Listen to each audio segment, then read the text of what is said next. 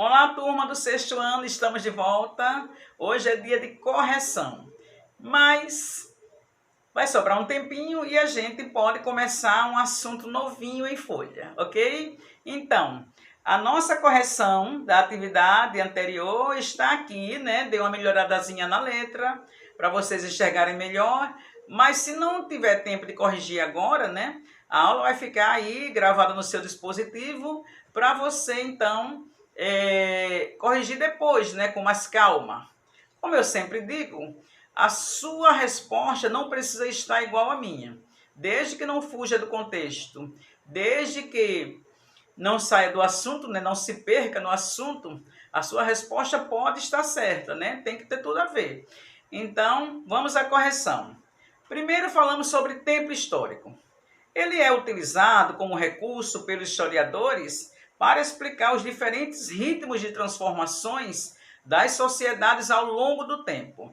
Então, repetindo, o tempo histórico é um recurso utilizado pelos historiadores para explicar os diferentes ritmos de transformações das sociedades ao longo do tempo. Na questão 2, perguntamos o que era o tempo diacrônico. Então, é quando se estuda uma sociedade através do tempo, analisando todo o processo que constituiu as transformações ao longo dos anos. Então, quando acontecem as coisas numa sequência de anos, né, obedecendo toda uma sequência, é uma diacronia. Repetindo, é quando se estuda uma sociedade através dos tempos, analisando todo o processo que constituiu as transformações ao longo dos anos. Perguntei na terceira questão o que seria uma linha do tempo. Então, é um recurso utilizado para localizar graficamente os acontecimentos e períodos históricos de modo linear e cronológico. Então, uma linha do tempo é um recurso utilizado para localizar graficamente os acontecimentos e períodos históricos de modo linear e cronológico. Eu coloquei 2 exemplos na aula passada, onde vocês poderiam utilizar, né, para depois fazer a questão 5. Mas vocês, essa resposta aí está certa e espero que a de vocês esteja parecida com a minha. Então, questão 4. É quando se estuda uma sociedade analisando os fatos que ocorrem do mesmo tempo em outras regiões. Então, isso aí é uma sincronia. É quando se estuda uma sociedade analisando os fatos que ocorrem ao mesmo tempo em outras regiões. Então, o tempo sincrônico é quando acontece um fato aqui, outro no Japão, outro na África, e está na mesma data, mas os fatos são diferentes, né? A história vai ser diferente. Então, isso é uma sincronia. Vários fatos acontecendo em várias regiões na mesma data, só que num tempo histórico diferenciado. A quinta questão é uma questão pessoal. Quer dizer, você vai criar sua própria linha do tempo, que não precisa ser exatamente de um fato histórico. Pode ser, dar um exemplo, da sua vida pessoal, desde que você nasceu até os dias de hoje. Você pode pegar informações com a sua mãe, com a sua avó, com qualquer pessoa, né? E vocês podem também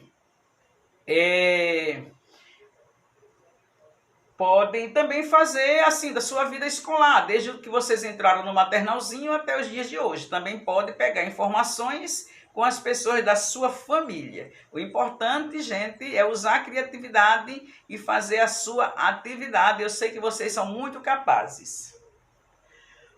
O assunto de hoje é o que são fontes históricas, né? A fonte histórica é aquele material que todo historiador precisa para montar a sua história, para escrever a sua história.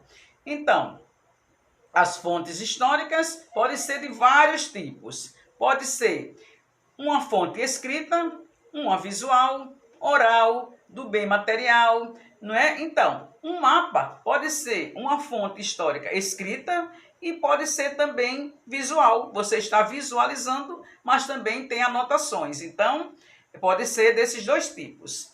A visual é um cartaz. Vocês estão vendo um cartaz da Lego aí, que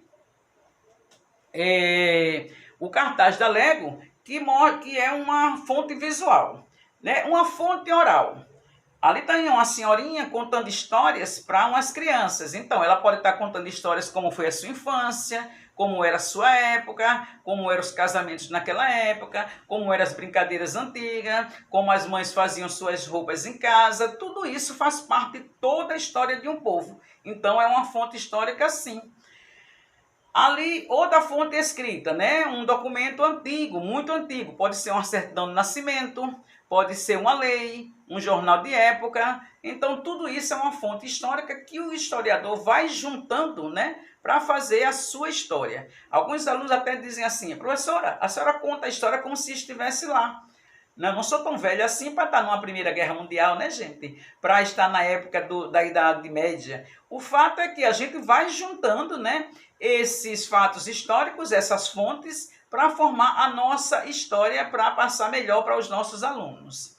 Ali uma fonte visual, que pode ser um filme, um documentário, um joguinho, né? Essa acho que é que vocês mais gostam, uma novela, então, uma live, tudo isso aí é visual. E oral é aquela que é falada ali no Jornal Nacional, né, onde eles estão apresentando, e lá em cima outra fonte oral, que é uma senhorinha contando histórias. Aqui, olha, uma fonte escrita, que é o fim da escravidão negreira, né? O fim da escravidão negreira, um jornal de época, né, que mostra como aconteceu esse fato em 1888, e faz parte da nossa história, sim. Então, isso aí é um fato histórico importante, né? E esse documento é uma fonte escrita. Um rádio. A era do rádio, na época, foi assim um sucesso. Na época. Hoje ninguém mais quer saber de rádio, não, né? Tem outros dispositivos de comunicação muito mais modernos.